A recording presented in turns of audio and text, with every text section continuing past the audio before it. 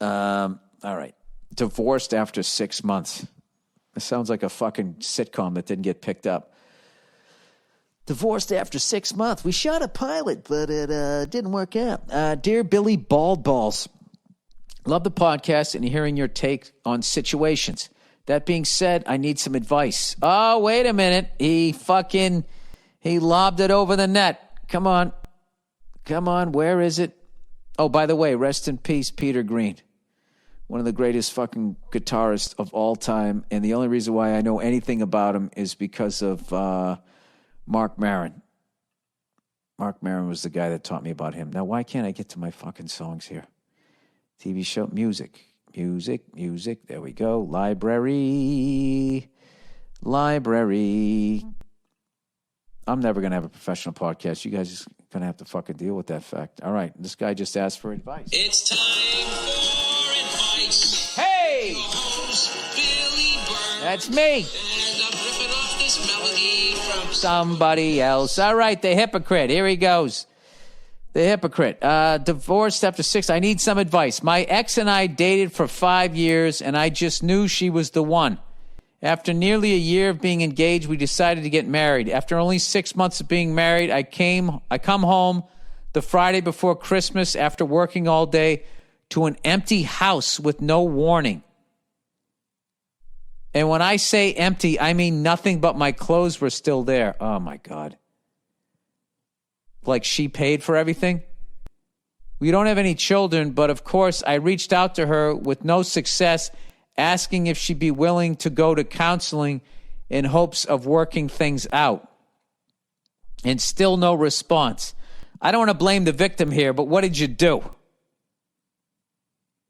A few days later, I noticed she posted a status on Facebook about me claiming I was mentally and physically abusive to her, and continued to explain to everyone on Facebook that's why she left me and that she was unhappy the whole nearly 7 years that we were together. Why did she have to go on Facebook and tell everybody?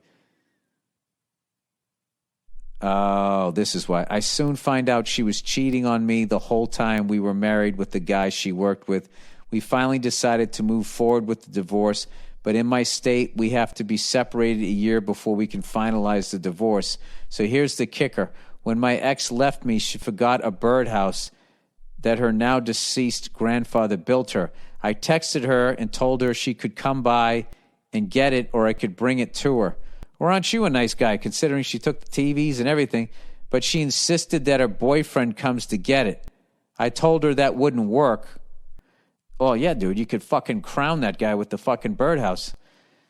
Yeah, that's not a good situation. You might snap. Since then, she tried to get alimony and tried to take my house that I owned before we were married with no success, thank God, all in the name of the birdhouse that she claims I won't give her. So my question is, should I be the bigger person and let her boyfriend come and get the birdhouse, or should I keep it just to prove a point to cunt whore? Hope you can help me out with this, and always, as always, go fuck yourself. No, dude. This is the thing about women. When you break up with them or they break up with you, you got to get them the fuck out of your life. It's a cancer. You got to get rid. It's a fucking birdhouse. Okay? And here's the deal. That guy who's with that woman, I think you called her cunt whore. I don't know if that's her first and last name or her first and a middle name. He's with her now. Okay? And now he has, that's like, what about Bob? I always use that analogy. Just pass her on. Just, just give him the fucking birdhouse. Keep your house. Let that guy lay in bed with her, knowing how he got her. Okay? And at some point, you probably end up doing the same thing to him, which is not your fucking problem. This is what you do. You give him the birdhouse. I don't. That's a tough. This is what I would do.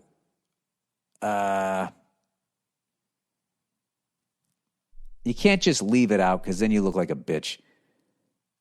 When the guy comes to the door, I still wouldn't say anything.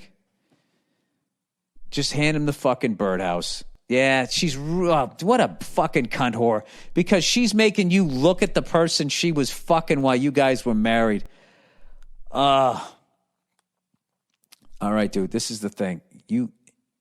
This is what you have to do in life when shit like this happens.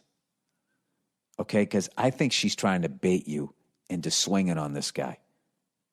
Okay, and then somehow, I don't know what, there'll be some new fucking law that if you punch the man that was fucking your wife while you were married to her, she somehow gets your house that you owned before you guys were married. Like there's some sort of legislation probably in the works. Okay? So, I think she's trying to bait you into doing something stupid here. So, the stupid move is to keep the birdhouse. The even dumber move is to take the birdhouse and smash it over that guy's head. All right? The smart move here is to give that poor bastard who's now with this cunt whore at the birdhouse. And guess what? They fucking walk away. You know? And you go crack open a cold one and thank your lucky fucking stars you never had a kid with her. Dude, she's gone. She's out of your fucking life. Okay? And you move on and find the good person that you deserve. All right? And just be lucky that you live in the state that you live in that actually let you keep your fucking house. Okay? That's it. All right? I mean, granted, I just got your side of the story, but I think you're either dealing with a psycho or somebody who just didn't know how to break up with somebody and just kept moving to the next level of the fucking relationship and then didn't know how to get out of it and then did it in a totally immature fucking way. That is not the mature way to fucking break up with somebody. I mean, I'm all for clearing your shit out, but when the person comes home, you have to be there. Okay? So it's a clean break. So you don't have to fucking then be living together and just going through this fucking bullshit. I mean, you don't have to if you're going to break up with somebody, you got to do it face to face, but you don't have to fucking draw it out for months on fucking end. So the first half that she did, cleared the fucking place out. I don't have a problem with that unless it's shit that you also paid for. That's a little fucked up, but that's how women operate, and guys don't give a fuck, whatever. You can always get another fucking table. Who gives a shit, right? But I'm telling you right now, it seems to me like she is trying to bait you into something. And I also think on some level you kept the birdhouse out of spite. Just let it go. Give the birdhouse to that fucking jerk off. He can go get with cunt whore. And you can be with somebody else. Who gives a fuck, dude? They're out of your life. That is a small fucking price to pay. And then you know what? She can focus all that psycho fucking energy on this new fucking guy. You know? Because what's funny is in his head, he thinks that he's winning. You know? So, I mean, they kind of deserve each other in a way, right? And then they'll bang and they'll have a kid and he'll be a banker someday. Thank you for watching Burr Animated. If you want to learn to create these type of animations and create your own characters and animated stories, you can join my class. Just click the link in the description and see how easy it actually is.